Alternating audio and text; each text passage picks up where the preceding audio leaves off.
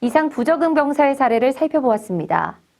사례 1의 김일병은 허약한 체력으로 인해 갈등을 빚고 이를 극복하지 못한 사례이고, 사례 2의 이일병은 지나친 개인중심주의의 성격으로 인해 단체 생활에 잘 적응하지 못하는 성격적 결함을 가진 사례라고 할 수 있습니다.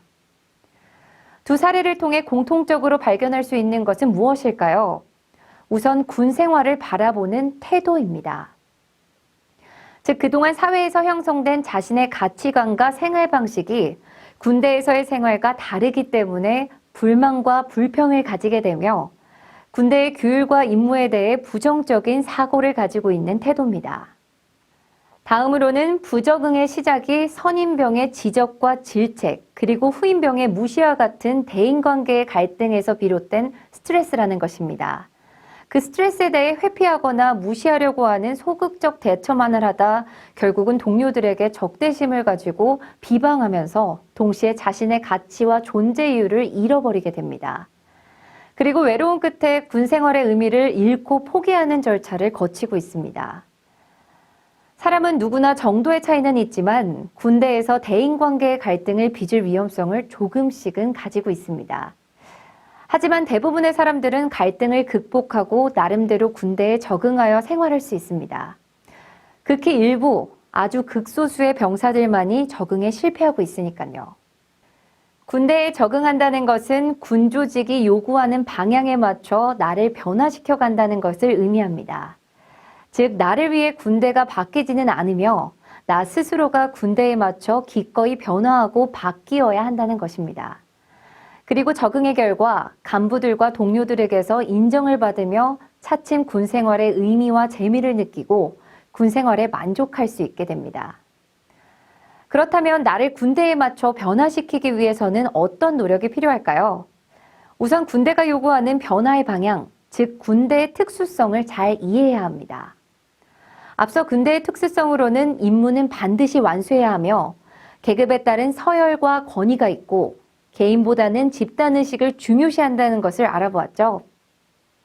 이런 군대 조직의 특수성에 위배되는 행동을 한다는 것은 어떤 경우에도 용납되지 않는 것이므로 앞서 살펴본 군대의 특성과 일반 사회의 차이를 다시 한번 살펴보고 이를 잘 이해하고 긍정적으로 받아들이려는 마음을 가져야 합니다.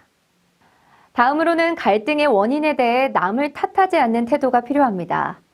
예를 들어 동료들이 나의 고통과 괴로움을 알아주지 않는다고 탓해봤자 바뀌는 것은 없으며 상황만 더 악화될 뿐입니다. 군 생활을 하면서 자신도 선임이 되고 후임들도 생기고 하다 보면 당시에는 원망스럽기만 했던 선임의 입장이 이해가 될 수도 있습니다. 따라서 원망하고 탓하기만 하기보다는 내가 어떻게 행동해서 또 나를 바꾸어서 동료들과의 갈등을 극복하고 군대에 적응할 것인가에만 집중하는 것이 현명합니다. 다음으로는 변화의 타이밍입니다. 자대에 배치된 후 신병으로서 보여지는 첫인상이 무엇보다 중요합니다. 선임들에게 좋은 첫인상을 심어줄 수 있다면 대인관계의 갈등을 상당 부분 예방할 수 있습니다. 반면에 첫인상이 좋지 않으면 자칫 선임병들이 나에 대해 편견과 좋지 않은 선입견을 가지게 될 경우가 있고 이를 다시 바꾸는 데에는 상당한 시일이 필요할 수 있습니다.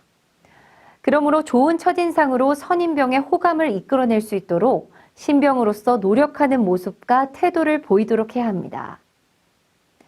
동료의 위로와 조언은 군 생활에서 오는 스트레스를 극복하는 것에 있어 매우 중요한 역할을 합니다.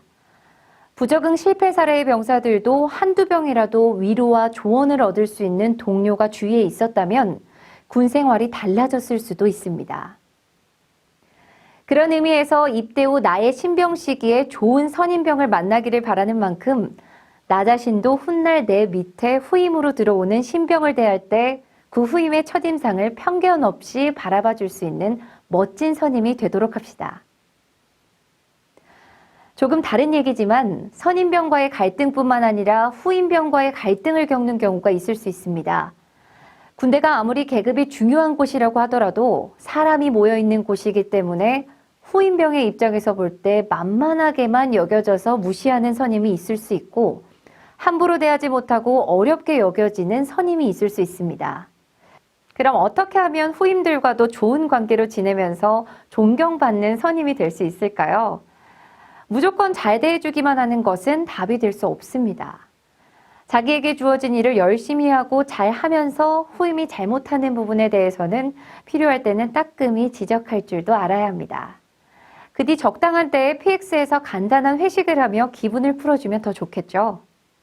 이때 중요한 것은 잘못하는 부분에 대한 사실 자체에 대해서만 얘기하고 바로 잡아주는 것이어야 하지 후임을 욕하거나 비난하고 과도한 지시나 간섭을 해서는 절대로 안 된다는 것입니다.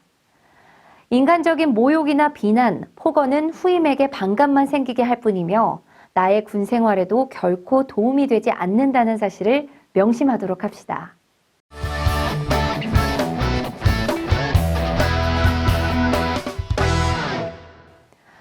입대 후 군 생활을 하면서 적응에 어려움을 겪거나 실패한다고 해서 내 인생 자체가 실패하거나 모든 것이 끝나는 것은 아닙니다. 레빈슨이 얘기한 인생의 계절에서 우리가 처한 곳은 첫 번째 환절기인 성인 전환기에 있기 때문에 이 시기에 실패와 시행착오를 겪는 것은 당연한 것입니다. 사실은 인생의 어느 시기에도 실패와 좌절로 인한 끝은 없습니다. 인생은 항상 다시 해볼 수 있는 기회를 줍니다. 앞서 살펴본 부적응 병사의 사례도 부적응 결과 자살이나 군무 이탈, 총기 사고와 같은 극단적인 사고를 일으키기 직전에 군대 관리 제도의 도움을 받아 문제 상황에서 벗어나 인생의 또 다른 기회를 얻게 된 사례라고 볼 수 있습니다. 군대에서는 적응에 어려움을 겪는 병사들을 위한 관리 제도로 도움병사와 배려병사 관리 체계를 두고 있습니다. 이전에 등급별로 분류하여 관리했던 보호관심병사 제도를 개선한 것입니다. 도움병사는 사고 유발 가능성이 높은 자살 우려자 또는 고위험군으로서 상담 치료 등 적극적인 도움을 주면 적응이 가능한 병사에 해당합니다. 배려병사는 사고 유발 가능성이 있는 인원으로서 세심한 배려 시 적응이 가능한 병사로 분류한 것입니다. 아무리 노력해도 정말로 적응이 어렵다면 모든 것을 포기하고 극단적인 선택을 하기 전에 꼭 이런 관리 제도의 도움을 받아 문제를 해결해야 합니다. 그것이 가장 소중한 나 자신을 지킬 수 있는 방법입니다. 실패가 끝은 아닙니다. 하늘이 무너져도 솟아날 구멍은 있다고 했습니다. 나 자신에 대한 믿음을 끝까지 포기하지 않고 노력한다면 인생은 다시 시작할 수 있는 기회를 줍니다.